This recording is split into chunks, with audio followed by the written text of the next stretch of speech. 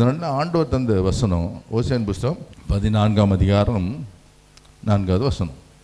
நான் அவர்கள் சீர்கேட்டை குணமாக்குவேன், அவர்களை மனப்பூர்வமாய் சிநேகிப்பேன், என் கோபம் அவர்களை விட்டு நீங்கிற்று. நான் அவர்களின் சீர்கேட்டை குணமாக்குவேன், அவளை மனப்பூர்வமாய் சிநேகித்தேன், என் கோபம் அவர்களை விட்டு நீங்கிற்று. மனப்பூர்வமான சிநேகம் என்ற தலைப்பில் உங்களோட கொஞ்சம் பேசலான்னு நினைக்கிறேன். இந்த மனப்பூர்வமான ஸ்நேகம் வேற, மனப்பூர்வமான ஸ்நேகம் வேற. அன்பு வேற, பரிபூர்ண அன்பு வேற. ஸ்நேகம் என்ற வார்த்தை மலையாளத்தில் அது பயங்கரமான ஒரு வார்த்தை, அதுக்கு மேலே அப்பீல் இல்லை. ஆனால் மனப்பூர்வமாயிட்டு, மனப்பூர்வமான மனத்து உள்ளத்தில் ஆழத்திலே மனப்பூர்வமாக நேசிக்கிறது. ஆண்டவர் சொல்றாரு, உங்களை பார்த்து சொல்றாரு, மகனே மகளே, மனப்பூர்வமாக உங்களை நேசிக்கிறேன். யாரும் நேசிக்கலன்னு சொல்லி கவலைப்பட்டீங்களா? எல்லாரும் கைவிட்டுதாங்கன்னு கவலைப்பட்டீங்களா? சிலர் கணவனே நம்பியிருப்பாங்க, சில மனைவி காப்பாற்ற நம்பியிருப்பாங்க, சில பிள்ளைகளே நம்பியிருப்பாங்க, சில பெற்றோரே நம்பியிருப்பாங்க. எல்லாரும் கைவிட்டுருவாங்க. எத்தனை வந்துருக்கீங்களா? நீ யாரால கைவிடப்பட்டிருக்கீங்கன்னு சொன்னால் ஒரு லிஸ்ட் தந்துடுவாங்க. வேதம் சொல்லுது, உலக சிநேகம் அற்பமானது. பிள்ளைகளோட பணத்தையாக சிநேகிப்பாங்க. பெற்றோர் மகனோட மகளோட கூட இருக்குன்னு சொல்லிட்டு அப்படி சிநேகிப்பாங்க. மனதை சிநேகிக்கிறது யார் இருக்கா? ஆண்டவர் சொல்கிறான், நான் மனப்பூர்வமாக இவங்களை நேசிக்கிறேன். அவர் தன்னுடைய சொந்த ரத்தத்தை சிந்தி மனப்பூர்வமான சிநேகத்தினால தான் பாவங்களையெல்லாம் மன்னித்தார், சாபங்களையெல்லாம் மாற்றினார். தலைமுறை சாபங்களெல்லாம் கடன் ஆழத்தில் தூக்கி போட்டார். இந்த தலைமுறை சாபங்களை முன்னோரு செய்த சாபங்களால் நம்ம கெட்டு போயிருப்போம், பிச்சை எடுத்துருப்போம் ரோட்டில்.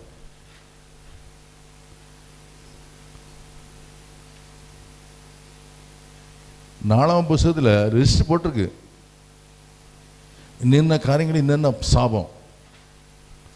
அந்த சாபங்களை நாம் நோக்கி பார்ப்போம்னு சொன்னால் நம்ம அழிந்திருப்போம்ல, நொண்டே பறந்துருப்போம், அதில் ஊனா பறந்துருப்போம். அந்த சாபத்தை நம்ம விளக்குனால தான் நம்ம ஆண்டவர் பிள்ளையா இருக்கிறோம். ஹல்லேலூயா.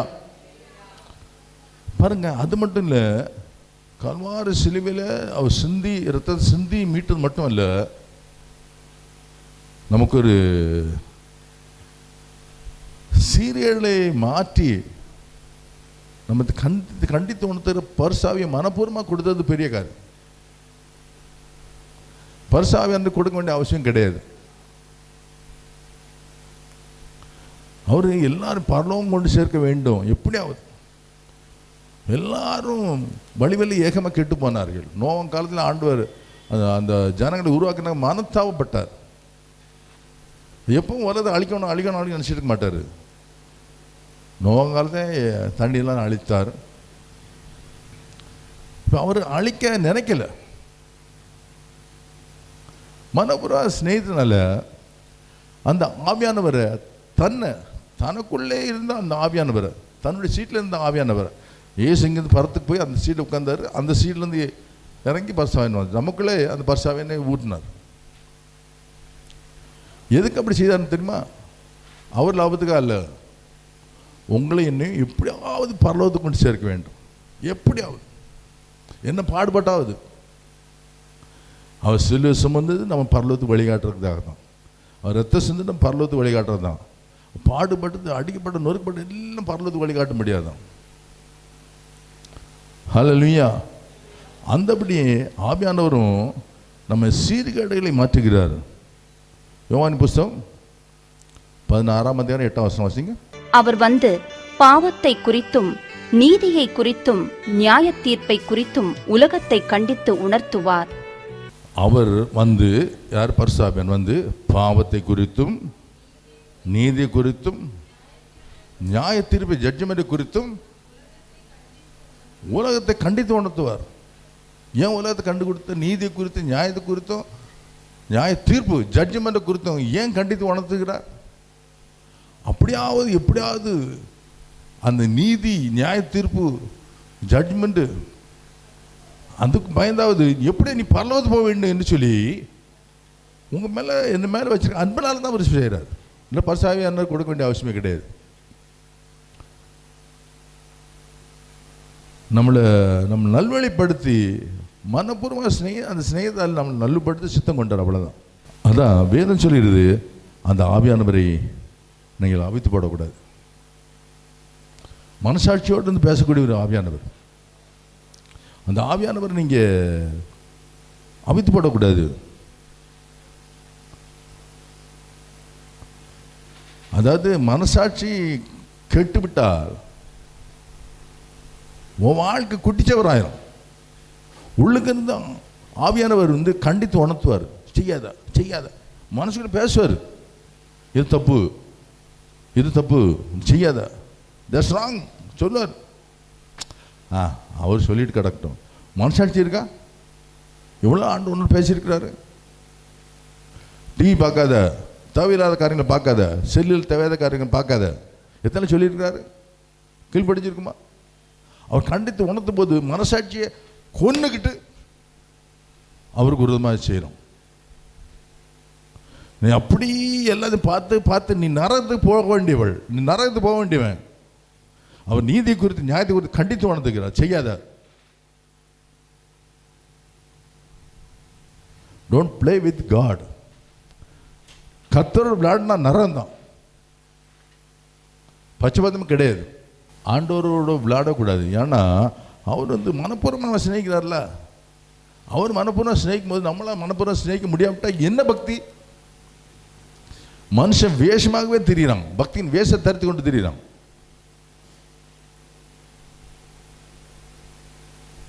நான் யாரையும் குறை சொல்ல. ஞாயிற்றுக்கிழமை ஆலயத்து போகக்கூடிய அந்த நாளில் பக்தி எண்ணெய் இருக்குதா வாழ்க்கையில்? எத்தனை பிரசங்கம்? ஆண்டா பிரசங்கத்துக்கு கணக்கு கேட்க மாட்டாரா? கேட்பாரு, எத்தனை பிரசங்கம் செய்துட்டோம் நீ மாறலையே. 10,256 பிரசங்கங்கள் கேட்டுக்கலாம். நீ 20,360 பிரசங்கம் கேட்டுக்கலாம். நீங்கள் அட்டன் பண்ண கன்வென்ஷன் லிஸ்ட் எடுங்க. ஒவ்வொரு ஞாயிற்றுக்கிழமையும் பாஸ் பண்ணுற பிரசங்கத்தை லிஸ்ட் எடுங்க. ஒவ்வொரு புதன்கிழமையும் பாஸ் பண்ணுற பிரசங்கத்தை லிஸ்ட் எடுங்க. திங்கக்கிழமை ஆராதனை பிரசங்க லிஸ்ட் எடுங்க. இன்னும் மனமாற்றம் இல்லை, நீ மாறல. ஆண்டவரோடு விளையாடக்கூடாது. இவனை வச்சுக்கிட்டு அவர் மனப்பூர்வமாக நம்ம நேசிக்கிறார். அவர் வார்த்தையினாலே உலகத்தை சிருஷ்டித்தார். மனப்பூர்வம் ஏன் சிநேகிதன் சொல்றாரு? அவர் வார்த்தையினாலே எல்லாம், வார்த்தையினாலே மரங்களை உண்டு பண்ணினார், வார்த்தையினாலே பறவைகளை உண்டு பண்ணினார், வார்த்தையினால் மிருகங்களை உண்டு பண்ணினார், புல்லு பூண்டு செடி மரம் கொடி எல்லாம் வார்த்தைகளால் உண்டு பண்ணினார். உங்களை என்ன மட்டும்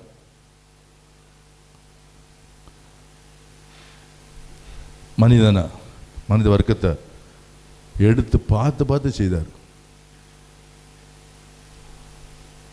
அவன் முக்கு தொட்டு பார்த்துட்டு அவனுக்கு ஒரு மூக்கு வச்சார், காது தடை பார்த்து அவனுக்கு காது வச்சார். அவன் என்ன போல இருக்குன்னு தன்னை போலேயே தன் சாயலாவே சிரிச்சித்தார். அதான் அவன் மேலே அவ்வளோ பாசம்.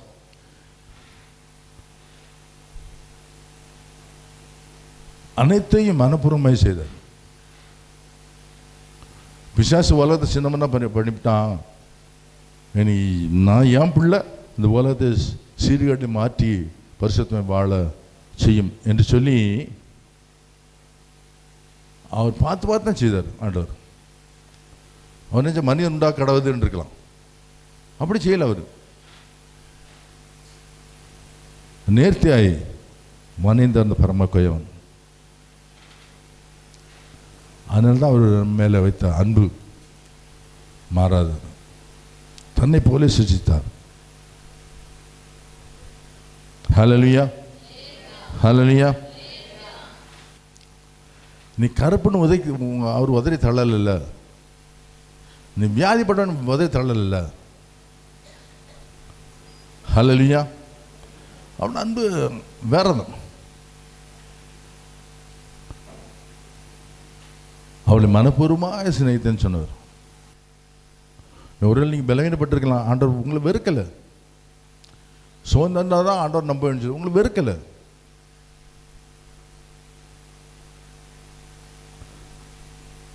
ஸ்ட்ரோக் வந்துற டைமில் எதுக்கு ஆண்டவர் எனக்கு ஸ்ட்ரோக் வந்து அவனுக்கு புரியலையே. நீ வேதனைகளை புரிந்து கொள்ள வேண்டும். இந்த மக்கள் வரக்கூடிய உன்னிட ஜெபிக்க வரக்கூடிய ஒவ்வொரு மக்களுடைய வேதனைகள், மக்களுடைய கண்ணீர் நீ புரிந்து கொள்ள வேண்டும். சரீரத்தில் வேதனை புரிந்து கொள்ள வேண்டும். ஆண்டவரே கால் இப்படி தான் வருவாங்க, ஆண்டவரே கை முடியல, மூச்சு இழுக்க முடியல, இப்படி தான் வருவாங்க. மனப்பூர்வமான அன்பை நீ புரிந்து கொள்ள வேண்டும் சொல்லி கர்த்தர் அதை அனுபவித்தார். அவன் விடுதலை கொடுத்தார். ஒரு நாளில் 2 நாளில் எனக்கு விடுதலை. கிட்டத்தட்ட 1.5 ஆண்டு படகில் வச்சு நல்லா புடமிட்டார். புடமிட்டு அனுபவிச்சார். இன்னும் கிட்டிச்சார். இன்னும் அவரோட நெருங்கி வர போதும் ஆண்டவரை என் ஆத்மா எடுத்துக்கொள்ளும். எலியா கதறாரு, நான் செத்து போகிறேன், மற்றவங்களை பார்க்க நல்லவன் இல்லை, போய் என்ன ஆத்மா எடுத்துக்கொள்ளும். ஒரு தூதன் வந்தான், தட்டி ஆறுதல்படுத்தான், கவலைப்படாத, பசிக்குதான் சாப்பிடு. அவன் சாப்பிட்டு படுத்துக்கிறான், ஏன்னா அவன் பலவீனம். திரும்ப தட்டி, நீ போக வேண்டியது ரொம்ப தூரம், ஓடு. ஏலியா ஓடினார் 40 நாள் ரெஸ்ட்லாம் ஓடினார். ஆண்டவர் ஆசை தருவார்னு சொன்னா அது ரொம்ப வித்தியாசமாக இருக்கும். ஹல்லேலூயா. பிள்ளைகளுக்காக கவலைப்பட்டீங்களா? கவலைப்படாங்க. பிள்ளைகள் உங்களுக்கு கீழ்ப்படி இல்லையா, அது கர்த்தருடைய திட்டமாக இருக்கலாம். இரும்பத்து நீங்கள் ஆண்டு சம்பளத்தில் ஜெபிப்பீங்களா?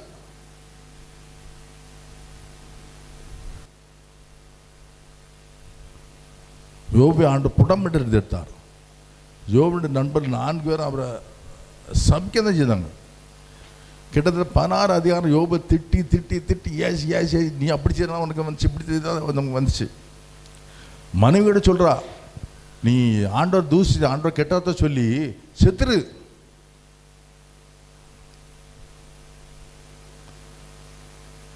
யோபு அழுதார்.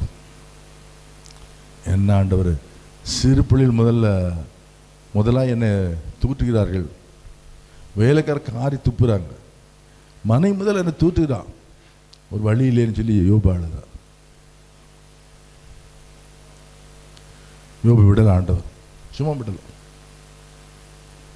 யோபு முன்னிலை பார்க்க பின்னிலைமையை ஆண்டவர் ஆசீர்வதிச்சார். அவர் தெரியும், என் பிள்ளை பாடு மத்தியிலே கடந்து வந்தவன், பாடு மத்தியிலே கடந்து வந்தவள், கஷ்டம் மத்தியிலே கடந்து வந்தவள், கஷ்டங்கள் மத்தியிலே கடந்து வந்தவன் ஆண்டவர் நன்றாகவே தெரியும். வேதம் சொல்லி கர்த்தருடைய சிட்சி அற்பமாய் எண்ணாதீர்கள். ஆண்டவர் பனிஷ்மெண்ட் கொடுக்குறாரா, அது நீங்கள் அற்பமாக எண்ணக்கூடாது. அவரு அற்பமாக எண்ணாதபடி அவர் தரக்கூடிய சிட்சி நம்ம ஏற்றுக்கொள்ளும் போது அவரை ஆசீர்வதிக்கிறார். நீதிமொழி 3ஆம் அதிகாரம் 12ஆம் வசனம், நீதிமொழி 19ஆம் அதிகாரம் 18ஆம் வசனம், நீதிமொழி 29ஆம் 17ஆம் வசனம் எல்லாம் சொல்லியிருந்து கர்த்தருடைய சிட்சி நீ அற்பமாக நினைக்கக்கூடாது. ஆண்டவர் செலவு சொல்கிறேன், என் கிருபை போதும். விளைவினா இருக்கு அந்த முடியலன்னு சொன்னால் என் கிருபை போதும், நான் அவனே நடத்துவேன்.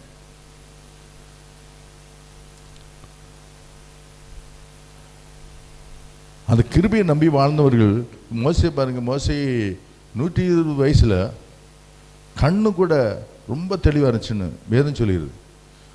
மோசையின் கண்கள் அவ்வளோ தெளிவாக இருந்துச்சான்.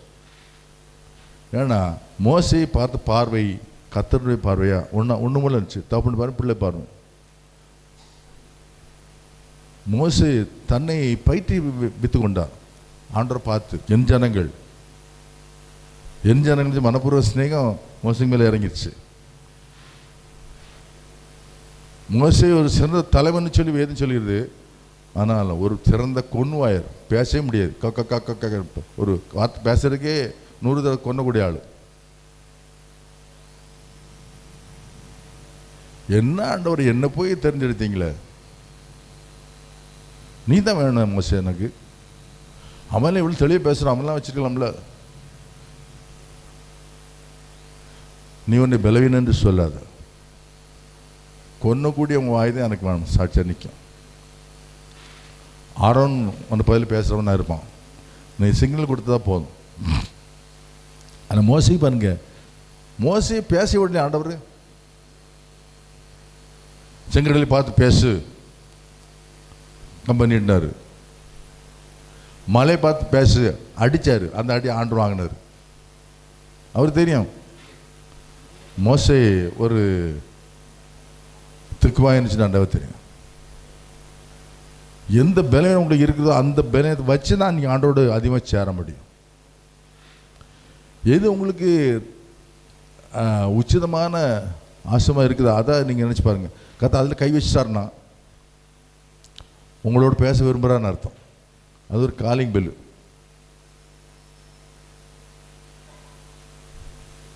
நல்லா கம்பீரமாக நடக்கணும்னு நினைப்பாங்க, அது நடக்க முடியாது. அதெல்லாம் ஜெபம் நடக்கும். பிள்ளை சீக்கிரம் கட்டி கொடுக்கலான்னு நினைப்பாங்க, அதை கட்டி கொடுக்க முடியாது, எழுதிட்டு இருக்கோம். அதுதான் ஜெபம் இருக்கு. பண தேவைகள் நிறைய இருக்கும், தேவைகள் சந்திக்கப்படாது, அதில் தான் ஜெபம் இருக்கு. இரவில் உண்டாகும் பயங்கரம், பகலில் பறக்க அம்பு, இருளில் நடமாடும் கொள்ளை நோய், மத்தியானத்தில் பழக்கம் சங்காரம், ஆடி ரொட்டேஷன் ஆகி அடிச்சுட்டே இருக்கும். எதுக்கு ஆண்டவர் அனுமதிக்கிறாரு? அவர் பிசாச அனுமதிக்காம நீ ஆண்டோடு வரமாட்ட. யோபு அவ்வளோ ஸ்ட்ராங்கான பக்தனாக இருந்தான். பிசாசு சவால்றான் ஆண்டவட்ட, யோபு மட்டும் தொடர்றதுக்கு நீ அனுமதியும்.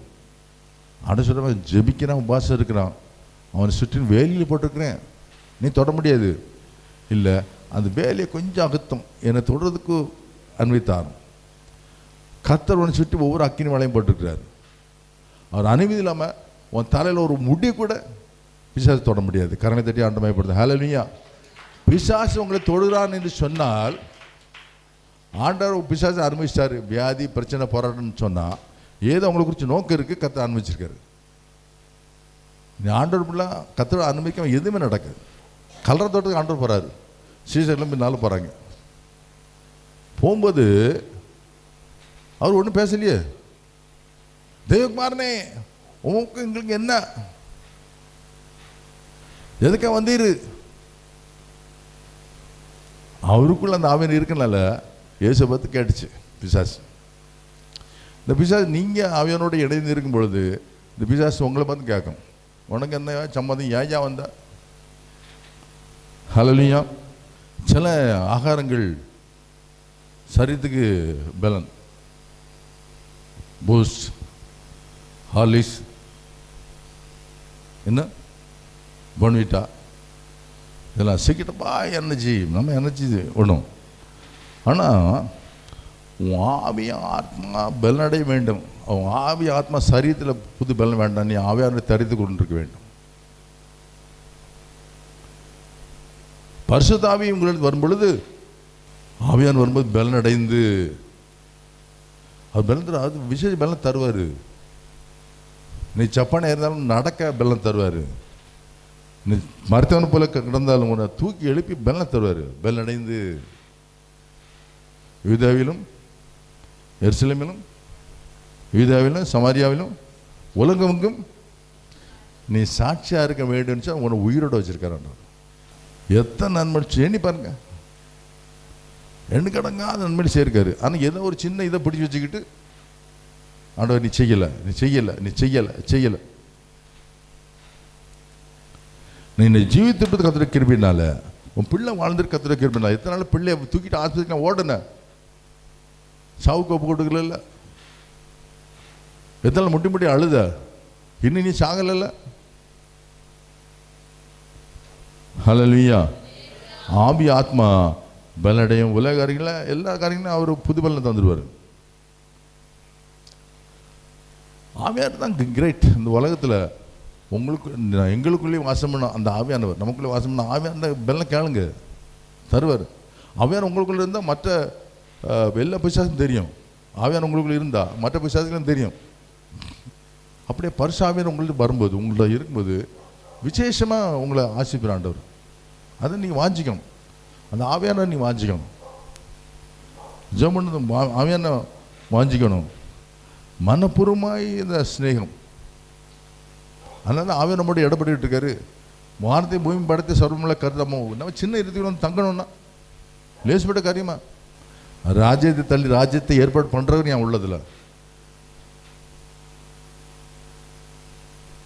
நான் எது சொன்னேன்னா அந்த தக்க வைத்து மாம்சமான யாவர் மேல் நான் ஆவி ஊற்றுவேன்.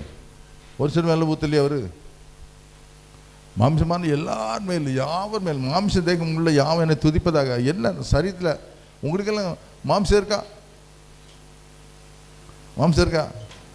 மாம்சமான யாவர் மேலும் ஆவி ஊற்றுவேன்னு சொல்லிக்கிறார் ஆண்டவர். உங்கள் சிநேகிதர் உங்களுக்குள்ள ஆவியான ஊற்றியாச்சு. அந்த ஆவியான கிருபை வாங்குறது உங்களை பொறுத்து. 3 பாத்திரம். ஒன்று குடம். குடத்தை எப்படி இருக்கும்? வாய் சின்னதாக இருக்கும். இன்னொன்று குத்துப்பணி.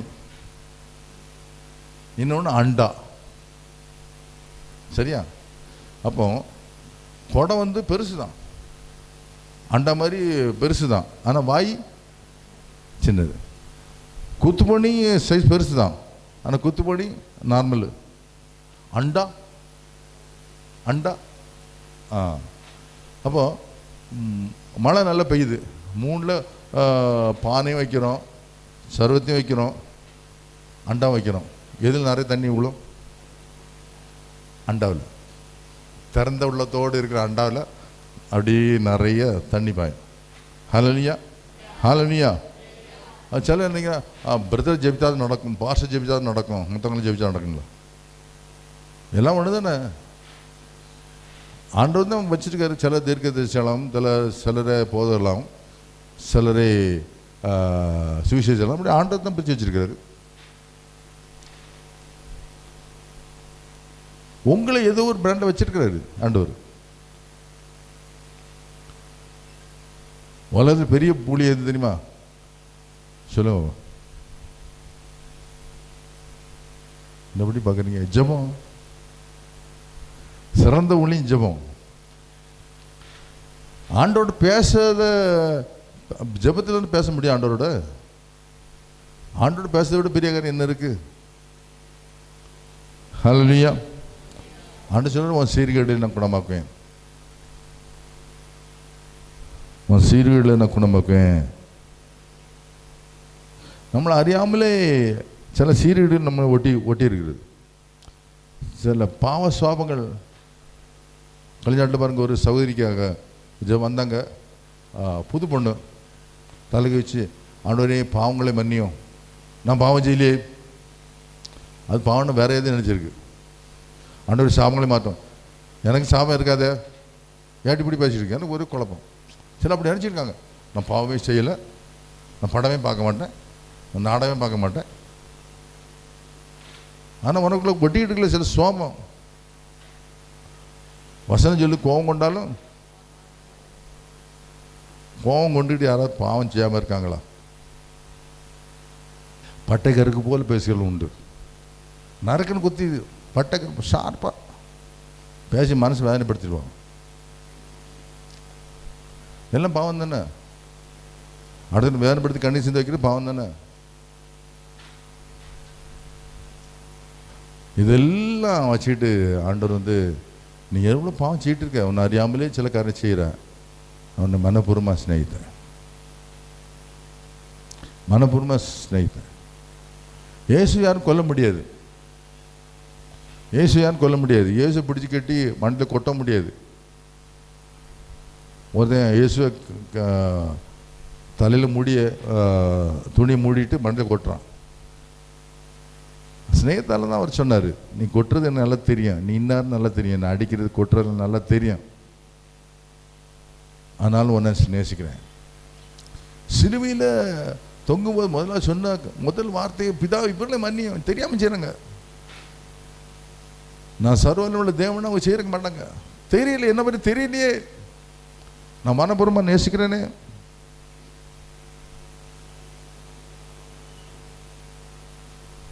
ஒருத்தன் காலை முறிக்கலான்னு கிட்ட போகிறான், அப்படி பார்க்குறான், அவர் ஏற்கனவே மறிச்சாச்சு. ஈட்டியால் குத்திட்டு தூக்குறதுக்கு போனால் அவர் ஏற்கனவே மறிச்சாச்சு. 1 தீமோத்தேயு புஸ்தகம்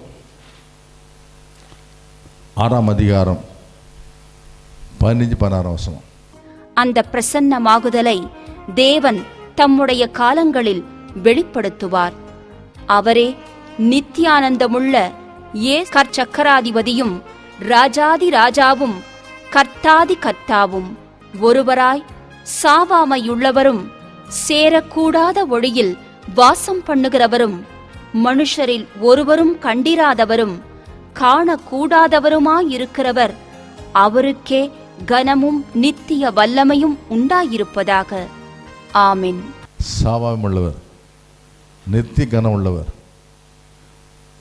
வாக்கு கடந்த பெருமூச்சோடு இருக்கிற பார்க்குறேன். மன்னி ஆண்டவரை மன்னிச்சிருங்க, மன்னிச்சிருங்க ஆண்டவரை. உங்க பிள்ளைய ஜீவிக்க எனக்கு பலத்தை தாங்க. உலகத்தோடு ஒத்துப்பானு உங்க இன்னில் ஒரு தனிப்பட்ட வாழ்க்கை வாழணும் ஆண்டவரை ஆசிரிங்க. முதலாவது தேவனுடைய ராஜ்யத்தை அவர் நீதியை தேடுங்கள், உங்களுக்கு எல்லாம் கொடுக்கப்படும். பிள்ளைகளை குறித்து கவலைப்படாதீங்க, ஒப்பு கொடுங்க. கணவனை குறித்து கவலைப்படாங்க, ஒப்பு கொடுங்க. மனைவி குறித்து கவலைப்படாதீங்க, ஒப்பு கொடுங்க. நமக்காக யாவையும் செய்து முடிப்பார் நம்முடைய ஆண்டவர். உனக்காக யாவையும் செய்து முடிப்பேன் வாக்கு கொடுத்துருக்கிறார். எல்லாத்தையும் செய்து முடிப்பார். உன் பிள்ளையுடைய காரியங்கள், கணவனுடைய காரியங்கள், வாழ்க்கையில் காரியங்கள், தேவையான எல்லாம் சிந்திக்க வல்லவராக இருக்கார். ஆண்டவரே நான் உங்க பிள்ளை ஒப்பு கொடுங்க.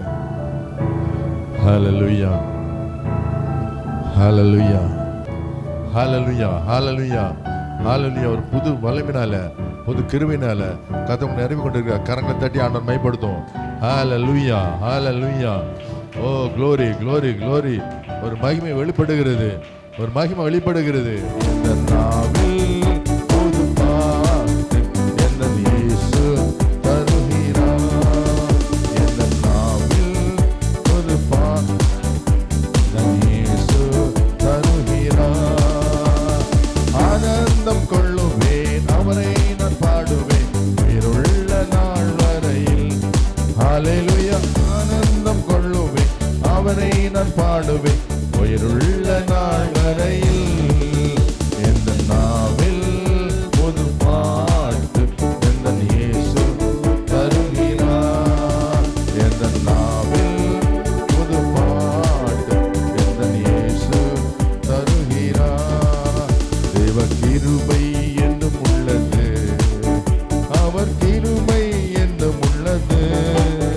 அவரை போற்றி துதித்து பாடி அல்லேலூயா என்றார் மரிப்போ. அவரை போற்றி துதித்து பாடி அல்லேலூயா என்றார் பரிப்போ.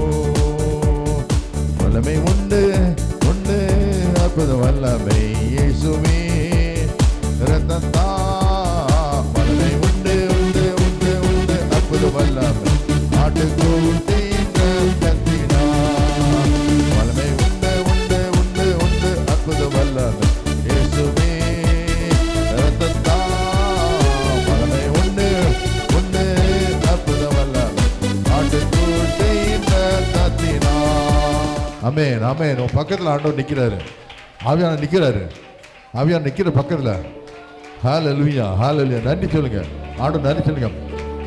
சிலருடைய வியாதிகள் மாறுகிறது, சில பலவீனம் மாறுகிறது, சிலருடைய சோர்வு மாறுகிறது. ஹல்லேலூயா. Thank you Lord. கிருபையின் நல்ல ஆண்டவரே, நம்ம நன்றியோடு துதிக்கிற ஸ்தோத்திரிக்கிறோம். இந்த அருமையான வேலைக்காக நன்றி செலுத்துகிறோம். கர்த்தர் மகிமையான காரியம் செய்வீராக. கர்த்தர் மகிமைப்படுங்க. விசேஷமாக அந்த யூடியூபுக்கு ஜெபிக்கிறப்ப ஆண்டவரே எங்கள் ஊழியர்கள் அதில் பயன்படுத்தப்படுகிற அப்படின்ற ஸ்தோத்திரம். கோடிக்கணக்கான பேர் பயன்படுகிற ஸ்தோத்திரம். கர்த்தர் மகிமைப்படுங்க, கர்த்தர் மகிமைப்படுங்க, கர்த்தர் மகிமைப்படுங்க. ஆவியானவரே உங்க நன்றி. இயேசுவின் நாமத்திலே ஜெபிக்கிறோம் பிதாவே, ஆமென்.